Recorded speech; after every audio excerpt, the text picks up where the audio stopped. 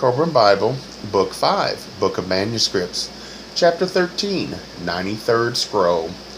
MAN 13:1. A man shuns the deceitfulness of the wanton woman, for her words are like honey, but her beauty is to men as the flame to the moth. Her skin may be smoother than oil, and her caress gentle as a feather, but her heart is hard, and her ways are shameful. MAN 13:2. Her feet tread the ways of disease and death, and she is a decoy for the eater of souls.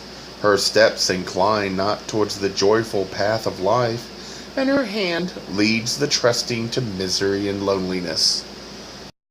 MAN 13:3. A wanton woman is man's greatest affliction. She wanders and is unpredictable. Though she be bathed in perfumed waters and anointed with sweetness, painted and clothed in fine linen, her adornment is no more than the crust over a quicksand.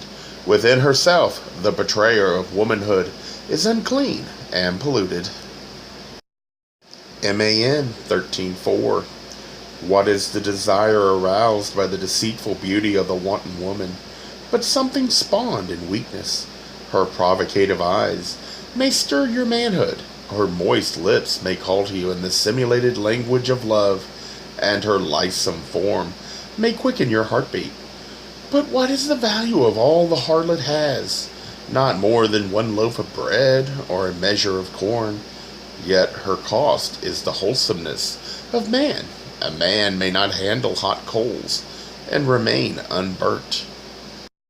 MAN 13:5.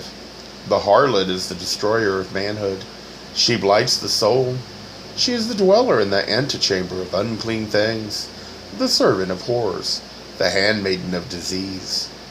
The womanliness of a harlot is as a silken robe on the back of a swine. MAN 13:6.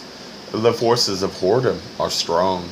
They have servants in the fortress of man's body. They strike when he is weak. They rob and they destroy. They take that which cannot be replaced. MAN 13:7. Flee from all harlots as from a leper, or those with the disease of running sores. Let not the pollutions of harlotry enter the stronghold of your body. MAN 13:8. A man who is a man is worthy of a chaste wife, clean in body and pure in thoughts. Her wholesomeness shall gladden his heart, and in her hands his contentment is secure. With her he shall find fulfillment and joy. MAN 13:9. Marry a chaste woman, that you may have a faithful wife and live in peace among men. Let not the nights of your journeyings be spent in sleeplessness and doubt. MAN 13:10. Rejoice and be content in the love of the wife of your youth, for it has been established, the foolish man disregards the proven love for shadowy love that may melt under adversity, as the morning mist melt before the sun. MAN 13:11.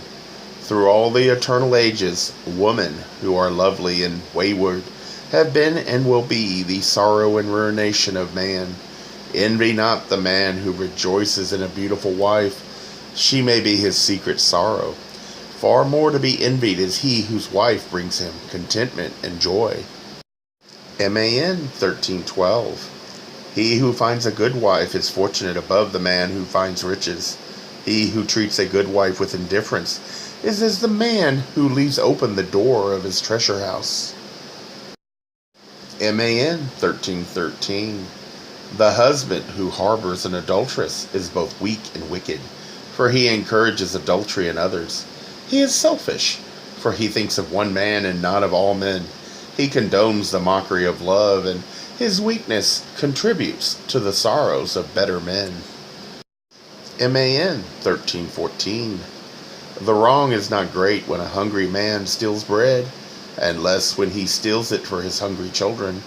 The adulterer steals that from which he gets no benefit, and in doing so brings sorrow and shame on the heads of the innocent. MAN 13:15. Where is his joy when he gathers a woman to his breast, not in peace and contentment, but in the manner of a thief? Furtive love is false love. At the best, it is love betraying itself. Man 13:16.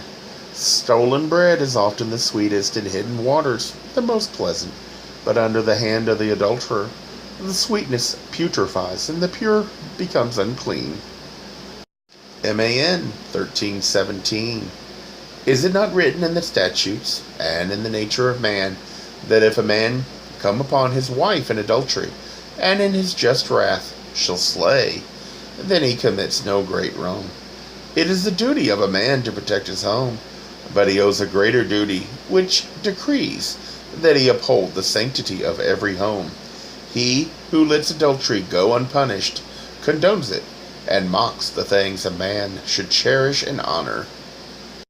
Man 13:18.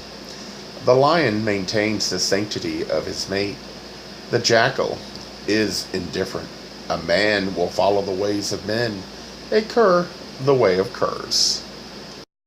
Man 13:19. My son, the day comes when your heart reaches out towards woman, and you desire a wife.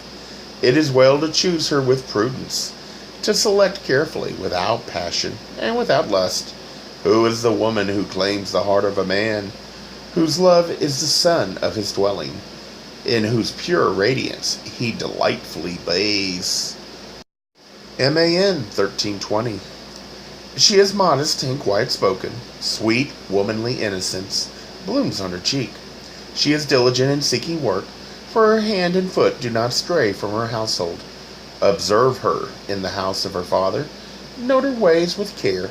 She takes delight in simple pleasures. Her demands are moderate, and she behaves with decorum.